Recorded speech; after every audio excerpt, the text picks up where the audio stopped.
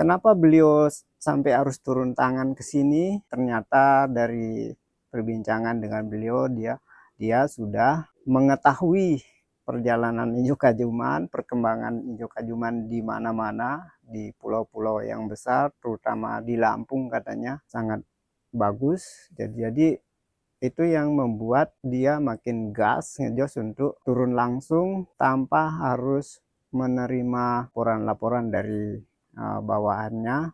Assalamualaikum warahmatullahi wabarakatuh. Selamat sore semua. Semoga sejahtera semuanya dimanapun berada, terutama petani kakao. Kali ini saya ingin melengkapi kabar yang menurut saya sangat mengejutkan, kabar yang membuat saya semakin optimis di dalam bertani coklat, karena kemarin hari Sabtu siang saya ditelepon oleh BRIN provinsi bahwa akan ada tamu dari pusat, BRIN pusat.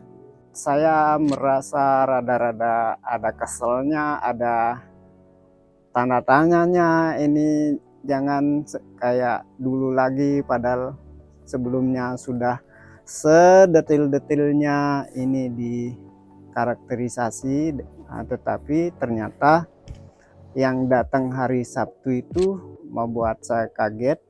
Siapa beliau? Ini ada saya dikasih kartu namanya.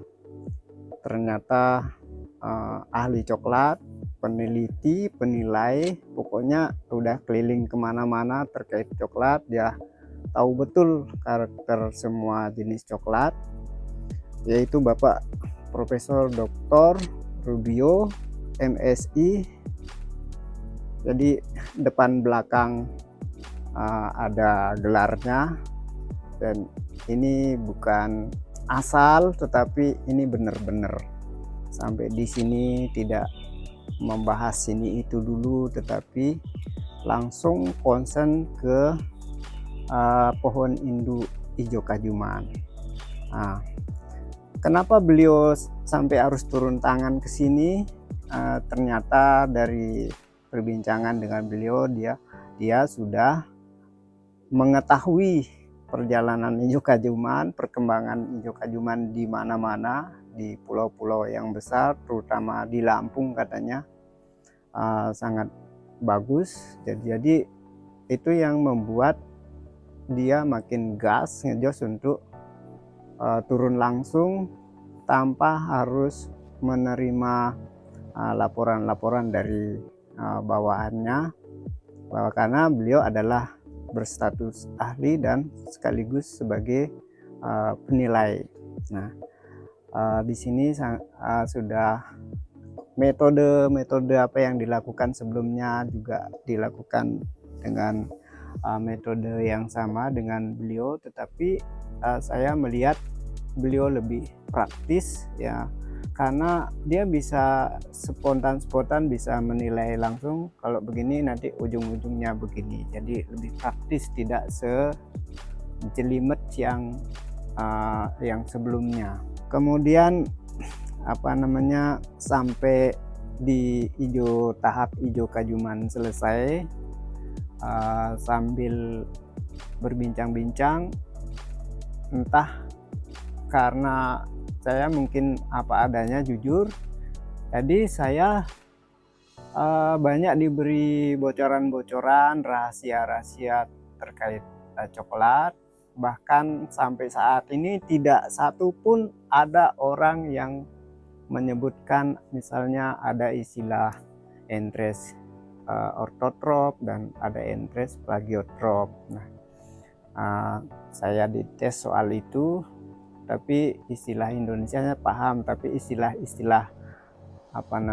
biologi asingnya itu kita tidak paham. Dia menanyakan apakah Bapak pernah mengirim jenis ini, atau apakah ada petani coklat lain yang pernah meminta jenis entres ini. Ini rahasia juga, saya tidak sebutkan. Saya bilang tidak ada ya. bapak saja saya kasih tahu, beliau katakan, yang lain semua tidak paham. Dan saya sangat bersyukur karena dia melihat langsung bahwa kita punya induknya. Jadi siapapun mereka di mana tidak punya induknya seperti bapak. Jadi tolong interest yang namanya ini jangan dikasih, katanya. Terus bocoran yang lain, misalnya coklat itu dilihat di sini hanya satu jenis mono, harus dikombinasikan dengan jenis-jenis unggul yang lain. Alhamdulillah saya dapat masukan, dan besoknya saya langsung praktek. Harus ada BB, harus ada MCC, dan jenis lokal unggul yang lainnya, biar penyerbukan berseliweran dan membuat coklat semakin produktif, makin lebat. Kemudian setelah hijau kajuman, beliau penasaran juga dengan yang apa, ada yang nyebutnya beneng jomot, saya menyebutnya beneng kajuman. Oke lah, beneng jomot lah, karena itu lebih populer namanya. Jadi ya besoknya balik lagi, beliau kita ajak langsung ke kebun produksi, di mana di situ lengkap ada beneng dan jomot. Juga di sana beliau betah gitu, jadi sampai tuntas membedah beneng jomotnya. Tetapi di sela-sela itu kita nangkap sinyal juga bahwa ini kalau diadu sama ini begini, ini kalau adu sama ini begini. Jadi ibarat fighter, tinju ya, pertarungan. Jadi ini mungkin juga bocoran bagi para petani coklat dimanapun berada yang ingin mendaftarkan coklatnya untuk mendapatkan hak atau sertifikat. Jadi syarat dari beliau itu, coklat itu harus mampu bersaing dengan yang sudah-sudah, bahkan harus bisa menang semuanya. Misalnya biji lebih besar, kemudian kandungan lemaknya, kemudian berat, bobot, jumlah biji, dan seterusnya. Nah, itu jadi tidak sembarang mendapatkan sertifikat. Jadi kalau bisa melewati yang lain atau memenangkan pertarungan dengan yang lain, baru berhak mendapatkan, ibarat MMA itu mendapatkan sabuk gitu, sabuk juara. Jadi ya alhamdulillah, jadi membuat kita itu tidak ngambang-ngambang berpikirnya, jadi poinnya apa gitu kita dapatkan. Kemudian hal-hal lain mengenai produktivitas ya, jumlah hasil, dan mengenai juga dikulik juga pemasaran, apakah banyak pengusaha yang datang dan seterusnya.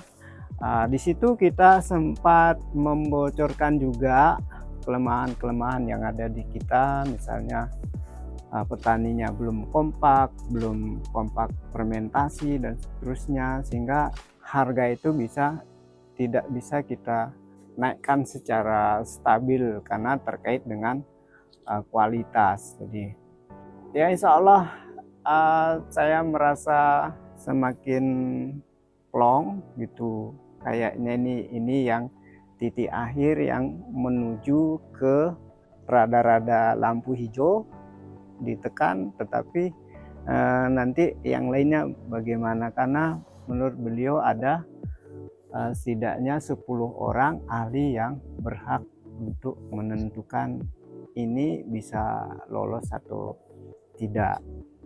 Dan beliau adalah barangkali ketua timnya. Jadi saya merasa masa tidak terwakilkan keahlian yang lain disatukan dengan keahlian beliau, sehingga ada progres untuk itu.